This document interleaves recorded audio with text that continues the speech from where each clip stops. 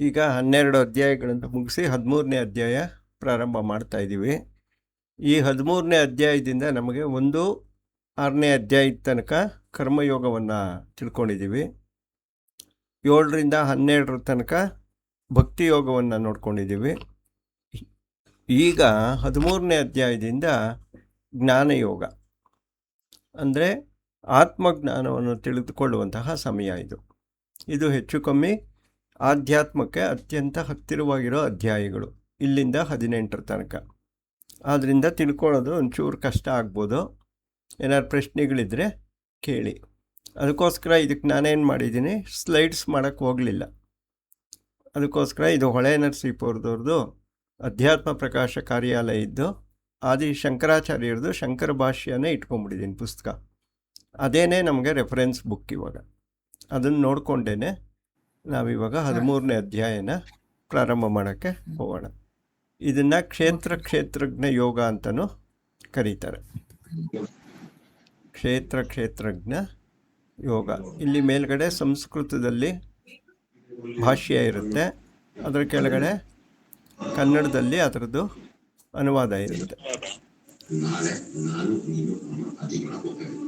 ಇಲ್ಲಿ ಏನು ಹೇಳ್ತಾ ಇದ್ದಾರೆ ಅಂದರೆ, 7ನೇ ಅಧ್ಯಾಯದಲ್ಲಿ ತ್ರಿಗುಣಾತ್ಮಕವಾದ 8 ಬಗೆಯಾಗಿರುವುದರಿಂದ ಸಂಸಾರಕ್ಕೆ ಕಾರಣವಾಗಿರುವ ಪರಾಪ್ರಕೃತಿ ಮತ್ತು ಅಪರಾಪ್ರಕೃತಿ ಅಂತ 7ನೇ ಅಧ್ಯಾಯದಲ್ಲಿ ನಾವು ಓದಿದ್ವಿ. ಪರಾಪ್ರಕೃತಿ ಮತ್ತು ಅಪರಾಪ್ರಕೃತಿ ಅಂತ 2 ಪ್ರಕೃತಿಗಳಿರುತ್ತೆ ಅಂತ ನಾವು 7ನೇ ಅಧ್ಯಾಯದಲ್ಲಿ ಓದಿದ್ವಿ.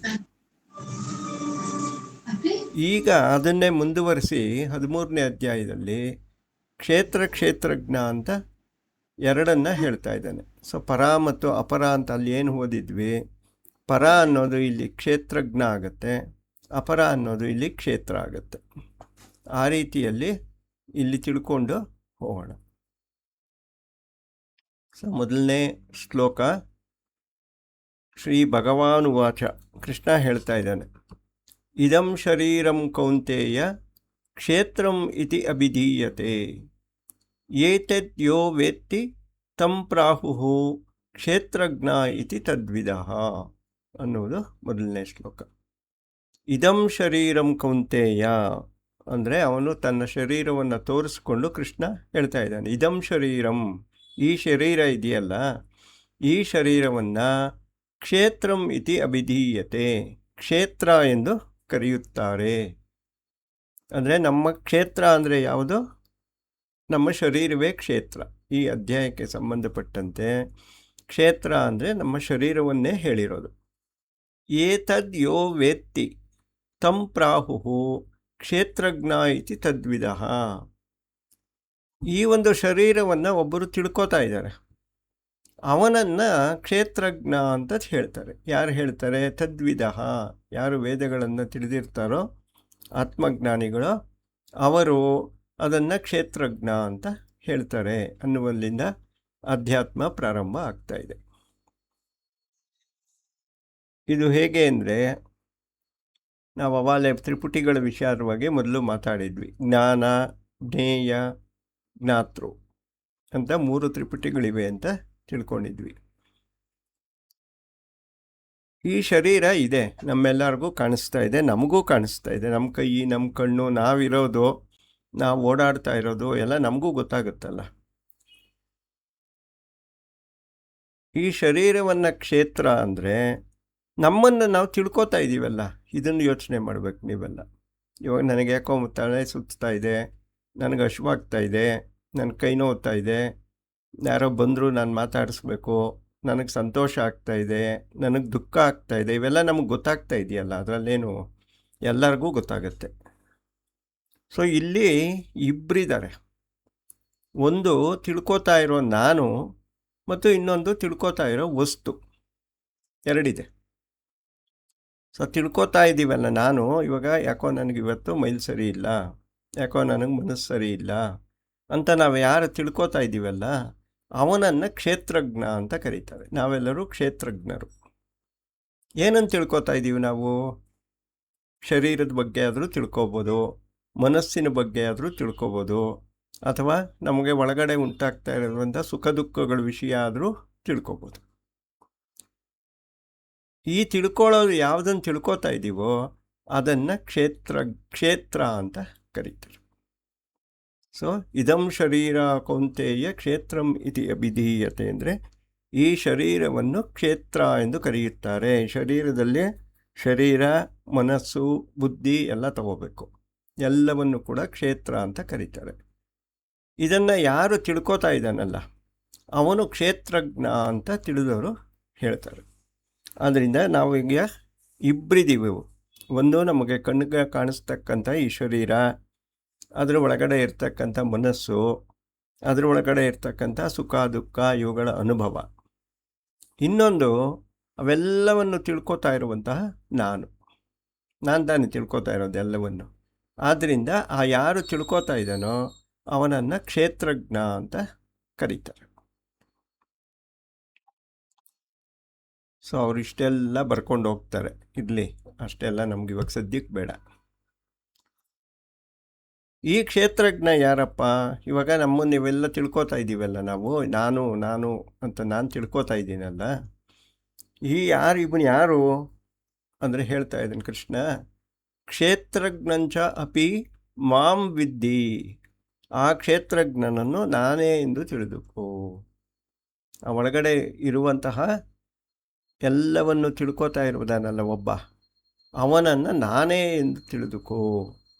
ಅಂದರೆ ಪರಬ್ರಹ್ಮ ಸ್ವರೂಪವೆಂದೇ ತಿಳಿದುಕೋ. ಎಲ್ಲೆಲ್ಲಿ? ಸರ್ವಕ್ಷೇತ್ರೇಷು ಭಾರತ. ಅರ್ಜುನ, ಯಾವ ಯಾವ ಕ್ಷೇತ್ರಗಳಿದೆಯೋ ಅಂದರೆ ಯಾವ ಯಾವ ಶರೀರಗಳು ಜಗತ್ತಲ್ಲಿದೆಯೋ, ಅದು ಮರ ಗಿಡದ್ದಾಗಿರ್ಬೋದು, ಪ್ರಾಣಿದಾಗಿರ್ಬೋದು, ಮನುಷ್ಯರದಾಗಿರ್ಬೋದು, ನದಿ ಮರ ಗಿಡಗಳಾಗಿರ್ಬೋದು, ಏನಾದರೂ ಆಗಲಿ, ಎಲ್ಲ ಕ್ಷೇತ್ರಗಳಲ್ಲಿಯೂ ಶರೀರಗಳಲ್ಲಿಯೂ ಒಳಗೆ ಕುಳಿತುಕೊಂಡು ಇವೆಲ್ಲವನ್ನು ಸುಖ ದುಃಖ, ಮನಸ್ಸಿನ ಚಿಂತನೆಗಳು, ದೇಹಕ್ಕಾಗೋ ನೋವು ಎಲ್ಲವನ್ನ ಯಾರು ತಿಳ್ಕೊತಾ ಇರ್ತಾನೋ ಅವನು ನಾನೇ. ಕ್ಷೇತ್ರಜ್ಞಂ ಚ ಮಾಂ ವಿದ್ಧಿ ಸರ್ವಕ್ಷೇತ್ರೇಷು ಭಾರತ. ಅವೆಲ್ಲವೂ ಕೂಡ ಪರಮಾತ್ಮ ಸ್ವರೂಪನಾದ ಪರಬ್ರಹ್ಮನಾದ ನಾನೇ ಎಂದು ತಿಳಿದುಕೋ. ಕ್ಷೇತ್ರಜ್ಞಯೋರ್ ಜ್ಞಾನಂ. ಈ ಕ್ಷೇತ್ರ ಅಂದರೆ ಏನು? ಈ ಕ್ಷೇತ್ರಜ್ಞ ಅಂದರೆ ಯಾರು? ಈ ಒಂದು ಜ್ಞಾನ ಇದೆಯಲ್ಲ, ಯತ್ ಜ್ಞಾನಂ ಮತಂ ಮಮ, ಈ ಜ್ಞಾನವಲ್ಲೆಲ್ಲ ಅದೇ ಜ್ಞಾನವೆಂದು ನನ್ನ ಅಭಿಪ್ರಾಯ. ಬೇಕಾದಷ್ಟು ಜ್ಞಾನಗಳಿರುತ್ತೆ. ಮ್ಯಾಥ್ಸ್ ಇರುತ್ತೆ, ಫಿಸಿಕ್ಸ್ ಇರುತ್ತೆ, ಸೈನ್ಸ್ ಇರುತ್ತೆ, ಜಯೋಗ್ರಫಿ ಇರುತ್ತೆ, 108 ಜ್ಞಾನಗಳು ಭೂಲೋಕದಲ್ಲಿದೆ. ಆದರೆ ಕೃಷ್ಣ ಹೇಳ್ತಾ ಇದ್ದಾನೆ, ನಿಜವಾದ ಜ್ಞಾನ ಅಂದರೆ ಯಾವುದು ಅಂದರೆ ಕ್ಷೇತ್ರಜ್ಞಯೋರ್ ಜ್ಞಾನಂ ಯತ್ ಜ್ಞಾನಂ ಮತಂ ಮಮ. ಈ ಕ್ಷೇತ್ರ ಮತ್ತು ಕ್ಷೇತ್ರಜ್ಞ ಈ ವಿಷಯದ ಜ್ಞಾನ ಇದೆಯಲ್ಲ, ಅದೇ ನಿಜವಾದ ಜ್ಞಾನ. ಅದನ್ನು ಪಡೆದುಕೊಳ್ಬೇಕು ಅನ್ನೋದೇ ಮನುಷ್ಯ ಜನ್ಮದ ಉದ್ದೇಶ. ಅದಕ್ಕಾಗಿ ನಾವು ಬೇರೆ ಎಲ್ಲವೂ ಕೂಡ ಅದಕ್ಕೆ ಸಹಕಾರಿಗಳು. ಪೂಜೆ ಮಾಡ್ಬೋದು, ಪುನಸ್ಕಾರಗಳು ಮಾಡ್ಬೋದು, ಜಪ ಮಾಡ್ಬೋದು, ಧ್ಯಾನ ಮಾಡ್ಬೋದು, ಏನೇನು ಮಾಡಿದ್ರೂ ಕೂಡ ಈ ಜ್ಞಾನಕ್ಕೆ ಸಹಕಾರಿಗಳವು. ಈ ಜ್ಞಾನ ಬರೋದಕ್ಕೆ ನಮಗೆ ಅವೆಲ್ಲವೂ ಕೂಡ ಅನುಕೂಲ ಮಾಡಿಕೊಡುತ್ತೆ. ಸೊ ಕ್ಷೇತ್ರಜ್ಞಯೋರ್ ಜ್ಞಾನಂ ಯತ್ ಜ್ಞಾನಂ ಮತಮ್ಮಮ್ಮ, ಅದೇ ನಿಜವಾದ ಜ್ಞಾನ ಅಂತ ಹೇಳ್ತಾ ಇದೆ. ಅಂದರೆ ಆತ್ಮಜ್ಞಾನವೇ ನಿಜವಾದ ಜ್ಞಾನ. ಅದಕ್ಕಿಂತಲೂ ಹೆಚ್ಚಿನ ಜ್ಞಾನ ಯಾವುದು ಭೂಲೋಕದಲ್ಲಿ ಇಲ್ಲ. ಸೊ ಒಂದೊಂದು ಶ್ಲೋಕಕ್ಕೂ ಕೂಡ 10 ಪೇಜು 15 ಪೇಜು ಬರೆದು ಬಿಟ್ಟಿದ್ದಾರೆ. ಅವೆಲ್ಲ ಇವಾಗ ಸದ್ಯಕ್ಕೆ ಬೇಡ. ನಿಧಾನವಾಗಿ ಇಂಟ್ರೆಸ್ಟ್ ಇದ್ದರೆ ಓದಿ ನೀವು.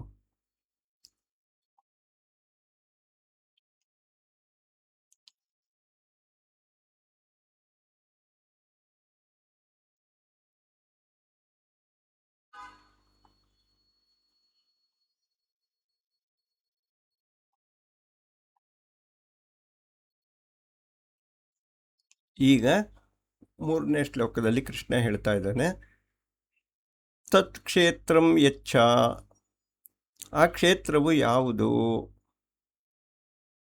ತತ್ ಕ್ಷೇತ್ರಂ ಯಚ್ಚ ಅಂದರೆ ಆ ಕ್ಷೇತ್ರವು ಯಾವುದು? ಯಾವ ಕ್ಷೇತ್ರ? ಈ ಶರೀರವೆನ್ನುವ ಕ್ಷೇತ್ರ. ಯಾದೃಕ್ಷ, ಅದರಲ್ಲಿ ಯಾವ ಯಾವ ವಿಕಾರಗಳಿವೆ.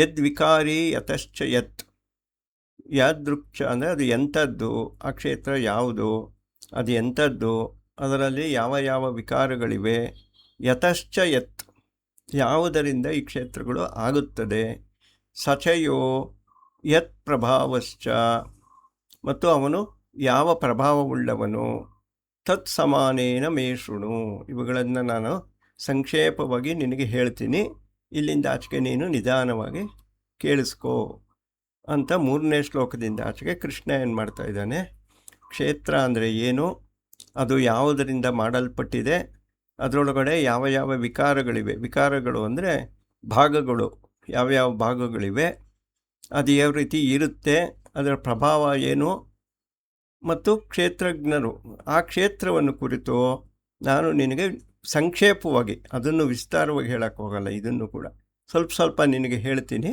ಇವಾಗ ಕೇಳಿಸ್ಕೋ ಅಂತ 4ನೇ ಶ್ಲೋಕದಿಂದ ಅಧ್ಯಾತ್ಮವನ್ನು ಶ್ರೀಕೃಷ್ಣ ಅರ್ಜುನನಿಗೆ ಬೋಧನೆ ಮಾಡೋಕ್ಕೆ ಶುರು ಮಾಡಿದ್ದಾನೆ.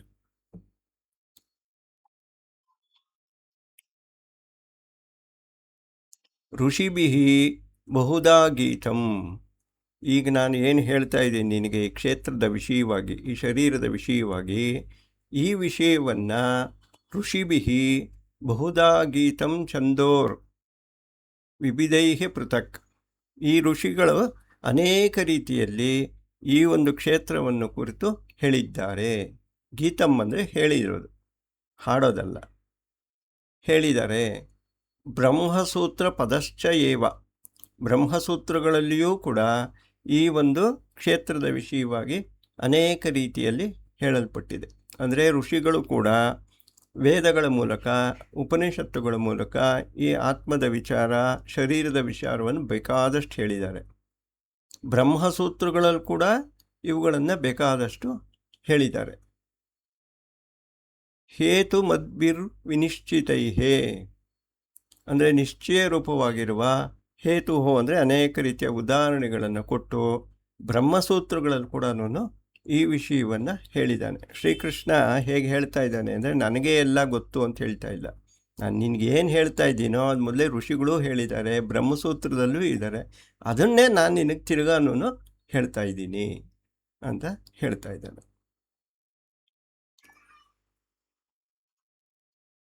ಇಲ್ಲಿಂದ ಶ್ರೀಕೃಷ್ಣ ಏನು ಮಾಡ್ತಾನೆ, ಕ್ಷೇತ್ರವನ್ನು ಕುರಿತು ಹೇಳಕ್ಕೆ ಶುರು ಮಾಡ್ತಾನೆ.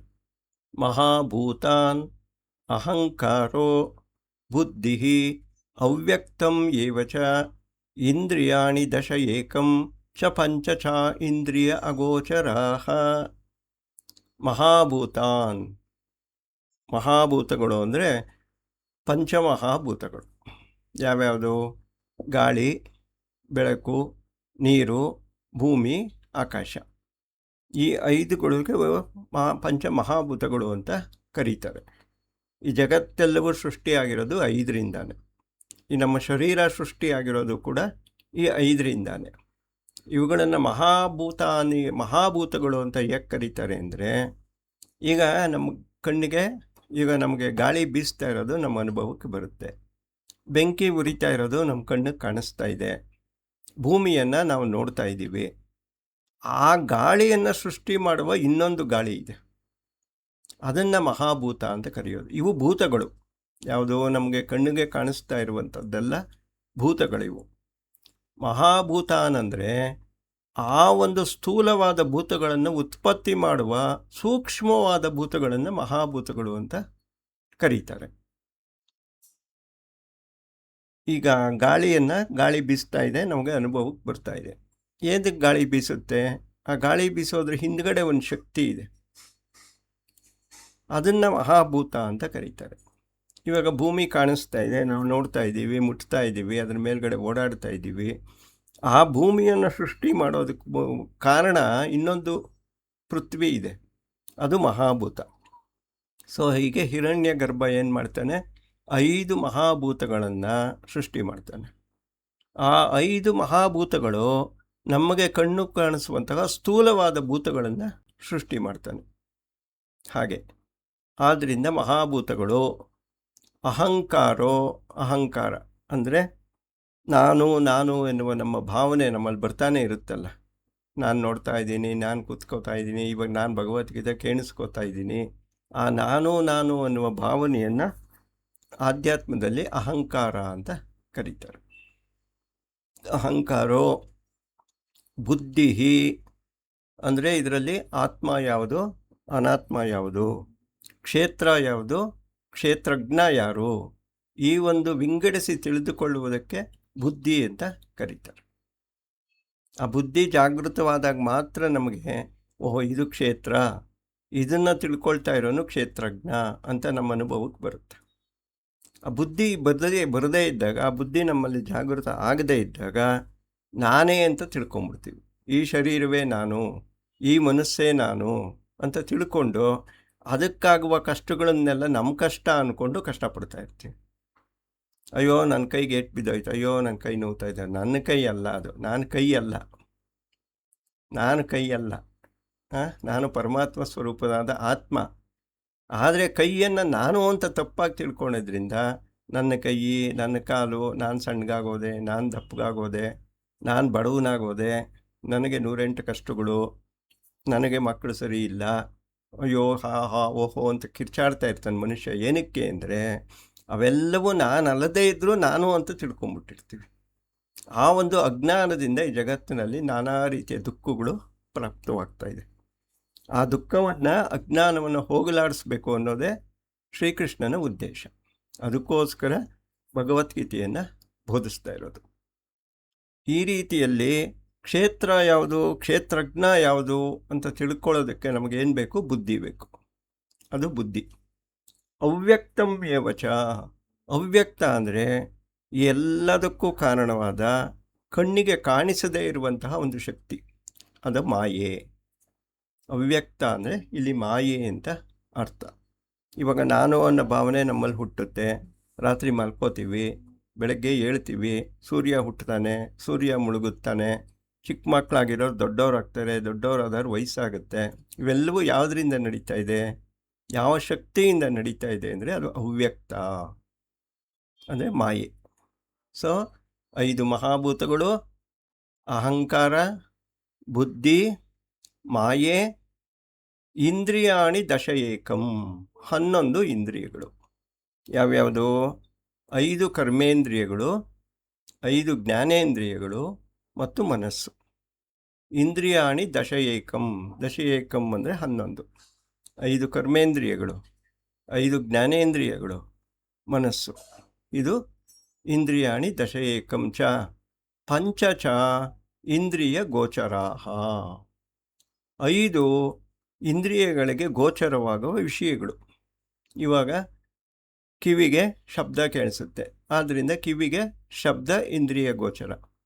ಕಣ್ಣಿಗೆ ದೃಶ್ಯ ಕಾಣಿಸುತ್ತೆ ನಮಗೆ, ಅದರಿಂದ ದೃಶ್ಯ ಕಣ್ಣಿಗೆ ಗೋಚರ. ನಾಲಿಗೆ ರುಚಿ ನೋಡುತ್ತೆ, ರಸವನ್ನು ನೋಡುತ್ತೆ, ಆ ರಸ ನಾಲಿಗೆಗೆ ಗೋಚರ. ಆದ್ದರಿಂದ 5 ಜ್ಞಾನೇಂದ್ರಿಯಗಳಿಗೆ 5 ಇಂದ್ರಿಯ ವಿಷಯಗಳಿದೆ. ಸೊ ಈ ಶ್ಲೋಕದಲ್ಲಿ ಇಷ್ಟು ಹೇಳ್ತಾ ಇದ್ದಾನೆ. ಮಹಾಭೂತಗಳು 5, ನಾನು ಎನ್ನುವ ಅಹಂಕಾರ, ಮತ್ತು ಕ್ಷೇತ್ರ ಯಾವುದು, ಕ್ಷೇತ್ರಜ್ಞ ಯಾವುದು ಎಂದು ತಿಳಿದುಕೊಳ್ಳುವ ಬುದ್ಧಿ, ಅವ್ಯಕ್ತ ಎನ್ನುವ ಮಾಯೆ, ಮತ್ತು 5 ಜ್ಞಾನೇಂದ್ರಿಯಗಳು, 5 ಪಂಚೇಂದ್ರಿಯಗಳು ಮತ್ತು ಮನಸ್ಸು, ಮತ್ತು 5 ಜ್ಞಾನೇಂದ್ರಿಯಗಳ ವಿಷಯಗಳನ್ನು ಕೊಡುವಂತಹ ಇಂದ್ರಿಯ ಅಗೋಚರಗಳು. ಇಷ್ಟನ್ನು ಹೇಳಿ ಮುಂದಿನ ಶ್ಲೋಕದಲ್ಲಿ ಮತ್ತೆ ಮುಂದುವರಿಸ್ತಾನೆ. ಇಚ್ಛಾ ದ್ವೇಷ ಸುಖಂ ದುಃಖಂ. ಇಚ್ಛೆ ಅಂದರೆ ಯಾವುದೋ ಒಂದು ಸುಖ ಇದೆ, ಆ ಸುಖವನ್ನು ಅನುಭವಿಸಬೇಕು ಅಂತ ನಮ್ಮ ಮನಸ್ಸಲ್ಲಿ ಬರುತ್ತಲ್ಲ, ಅದೇ ಇಚ್ಛೆ. ಆಸೆ, ಇಚ್ಛೆ. ದ್ವೇಷ, ಇವಾಗ ಯಾವುದೋ ಒಂದು ದುಃಖ ಇದೆ, ಆ ದುಃಖವನ್ನು ಹೋಗಲಾಡಿಸ್ಕೋಬೇಕು, ಆಗ ನಮ್ಮಲ್ಲಿ ದ್ವೇಷ ಹುಟ್ಟುತ್ತೆ. ಹೋಗ ಕಡೆಗೆ ಅಂತೀವಲ್ಲ, ಅದೇ ದ್ವೇಷ. ಆದ್ದರಿಂದ ಸುಖದಲ್ಲಿ ಇಚ್ಛೆ, ದುಃಖದಲ್ಲಿ ದ್ವೇಷ. ಇಚ್ಛಾ ದ್ವೇಷ ಸುಖಂ ದುಃಖಂ. ಹಾಗೆಯೇ ಸುಖವು ದುಃಖವು ಸಂಘಾತಃ ಚೇತನಾ ಧೃತಿ ಅಂತ ಹೇಳ್ತಾ ಇದ್ದಾರೆ. ಏತತ್ ಕ್ಷೇತ್ರಂ ಸಮಾಸೇನ ಸವಿಕಾರಂ ಉದಾಹೃತಂ. ಈಗ ಸಂಘಾತಃ ಅಂತ ಇಲ್ಲಿ ಬರುತ್ತೆ. ಸೊ ಸಂಘಾತ ಅಂದರೆ ಏನು ಅಂದರೆ ನೀವಿಲ್ಲಿ ಕೆಳಗಡೆ ಕೊಟ್ಟಿರ್ತಾರೆ, ಅಲ್ಲಿ ಹುಡುಕೋಬೇಕು. ಸಂಗಾತ ಅಂದರೆ ಏನು ಅಂತ. ಸಂಗಾತಃ ದೇಹೇಂದ್ರಿಯಾಣಾಂ ಸಂಹತಿ. ದೇಹ ಮತ್ತು ಇಂದ್ರಿಯ ಇವುಗಳ ಒಟ್ಟು ಗುಂಪನ್ನು ಸಂಘಾತ ಅಂತ ಕರೀತಾರೆ. ಅಂದರೆ ಒಟ್ಟಿನಲ್ಲಿ ನಮ್ಮ ಶರೀರವೇ, ಈ ಶರೀರವನ್ನೇ ಸಂಘಾತ ಅಂತ ಹೇಳ್ತಾರೆ.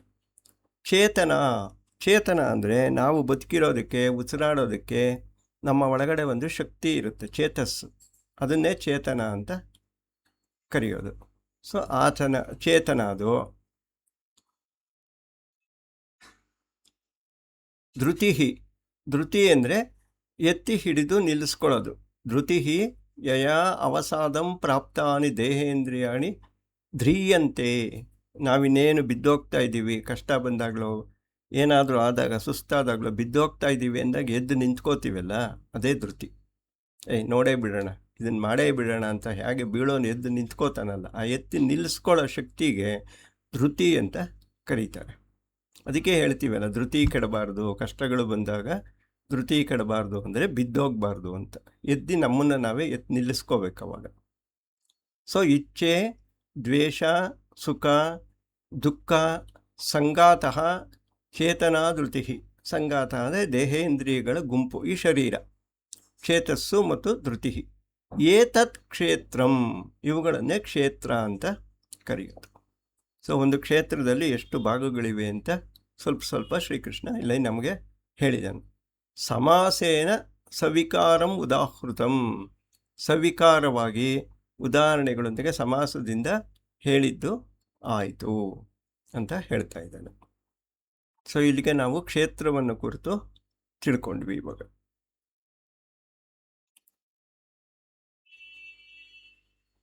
ಇನ್ನು ಡೀಟೇಲ್ ಅಂದರೆ ಫುಲ್ ಇಲ್ಲೆಲ್ಲ ಇರುತ್ತೆ.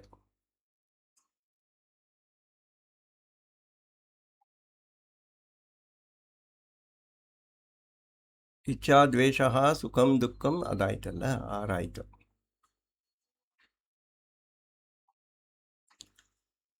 ಅಮಾನಿತ್ವಂ, ಅದಂಬಿತ್ವಂ, ಅಹಿಂಸಾ, ಕ್ಷಾಂತಿರ್, ಅರ್ಜವಂ, ಆಚಾರ್ಯೋಪಾಸನಂ, ಶೌಚಂ, ಸ್ಥೈರ್ಯಂ, ಆತ್ಮವಿನಿಗ್ರಹ. ಇಲ್ಲಿ ತಿರ್ಗಾ ಮುಂದುವರೆದು ಹೇಳ್ತಾ ಇದ್ದಾನೆ. ಅಮಾನಿತ್ವಂ, ಅಮಾನಿತ್ವಂ ಮಾನಿನೋ ಭಾವ, ಮಾನಿತ್ವಂ ಆತ್ಮನಃ ಶ್ಲಾಘನಂ. ಮಾನಿನೋ ಭಾವ ಅಂದರೆ ನಾನೇ ಮಾಡ್ತಾ ಇರೋದು, ನನ್ನಿಂದಲೇ ನಡೀತಾ ಇರೋದು ಅನ್ನುವಂಥ ಒಂದು ಆತ್ಮಭಾವ ಇರುತ್ತಲ್ಲ ಇವಾಗ, ಅದು ಇರೋದು ಮಾನಿನಃ. ಅಮಾನಿತ್ವ ಅಂದರೆ ನಾನು ಎನ್ನುವ ಅಹಂಕಾರವನ್ನು ಕಳ್ಕೊಂಡಿರೋದು ಅಂತ ಅಷ್ಟೆ. ಸೊ ಅಮಾನಿತ್ವಂ, ನಾನು ಎನ್ನುವ ಭಾವನೆಯನ್ನು ಬಿಟ್ಟಿರೋದು. ಅದಂಬಿತ್ವಂ, ಅದಂಬಿತ್ವಂ ಸ್ವಧರ್ಮ ಪ್ರಕಟೀಕರಣಂ ದಂಬಿತ್ವಂ, ಕನ್ನಡದಲ್ಲೂ ಇದೆ ಇಲ್ಲಿ. ಅಮಾನಿತ್ವ, ಮಾನಿತ್ವ ಎಂದರೆ ಮಾನಿಯಾಗಿರುವುದು, ತನ್ನನ್ನು ತಾನೇ ಮೆಚ್ಕೊಳ್ಳೋದು, ಅದಕ್ಕೆ ಮಾನಿತ್ವ ಅಂತ ಕರೀತಾರೆ. ಅಂದರೆ ನಮ್ಮ ಬಗ್ಗೆ ನಮಗೆ ಹೆಮ್ಮೆ ಇರೋದು. ಅಮಾನಿತ್ವ ಅಂದರೆ ನಮ್ಮ ಬಗ್ಗೆ ನಮಗೆ ಹೆಮ್ಮೆ ಇಲ್ಲದೆ ಇರೋದು, ನಾನು ಎನ್ನುವ ಭಾವನೆಯನ್ನು ಬಿಟ್ಟಿರೋದು. ಅದಂಬಿತ್ವಂ, ದಂಬಿತ್ವ ಅಂದರೆ ತನ್ನ ಧರ್ಮವನ್ನು ಪ್ರಕಟ ಮಾಡಿಕೊಳ್ಳೋದು. ಇವಾಗ 4 ವರ್ಣಗಳು ಹೇಳಿದ್ದಾರೆ, ಬ್ರಾಹ್ಮಣ, ಕ್ಷತ್ರಿಯ, ವೈಶ್ಯ, ಶೂದ್ರ. ಅದು ನಮ್ಮ ಧರ್ಮಗಳು.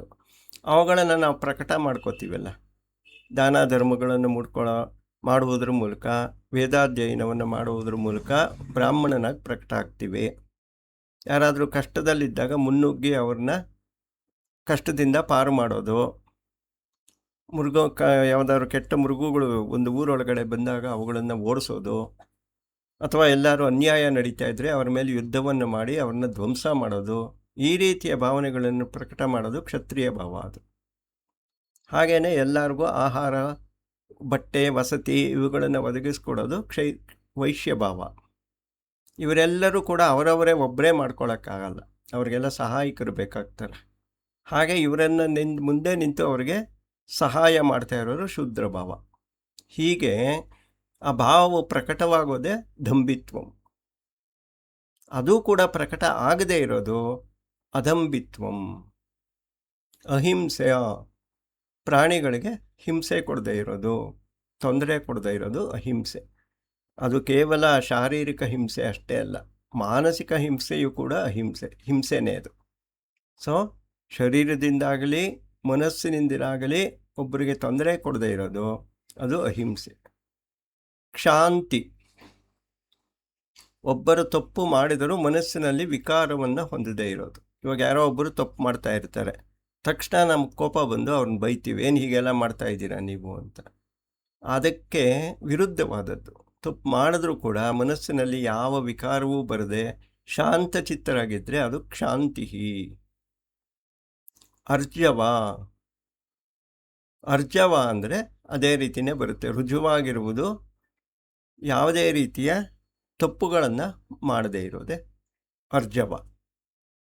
ಆಚಾರ್ಯೋಪಾಸನೆ ಅಂದರೆ ಮೋಕ್ಷಕ್ಕೆ ಬೇಕಾದ ಉಪದೇಶವನ್ನು ಯಾರು ಗುರುಗಳು ಮಾಡ್ತಾ ಇರ್ತಾರೆ ಅವರ ಹತ್ತಿರದಲ್ಲಿದ್ದು ಅವರಿಂದ ಉಪದೇಶವನ್ನು ಪಡೆಯೋದೇ ಆಚಾರ್ಯೋಪಾಸನೆ.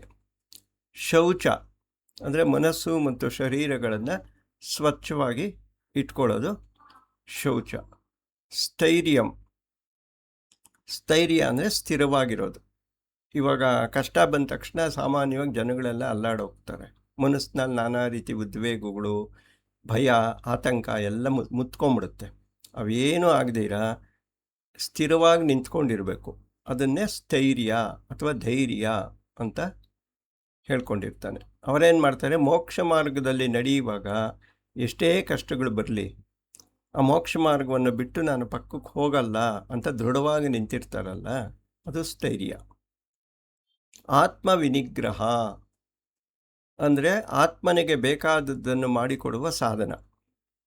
ಆತ್ಮ ಎಂಬ ಹೆಸರಿನಿಂದ ಕರೆಸಿಕೊಳ್ಳುವ ಕಾರ್ಯಕರಣ ಸಂಘಾತ ಅಂದರೆ ಈ ಶರೀರದ ನಿಗ್ರಹವೇ ಆತ್ಮನಿಗ್ರಹ. ಅಂದರೆ ಜ್ಞಾನೇಂದ್ರಿಯಗಳು ಕರ್ಮೇಂದ್ರಿಯಗಳನ್ನೆಲ್ಲ ಯಮಾನಿಯಮಗಳಿಂದ ಸ್ವಚ್ಛವಾಗಿ ಇಟ್ಕೊಳ್ಳೋದೆ ವಿನಿಗ್ರಹ.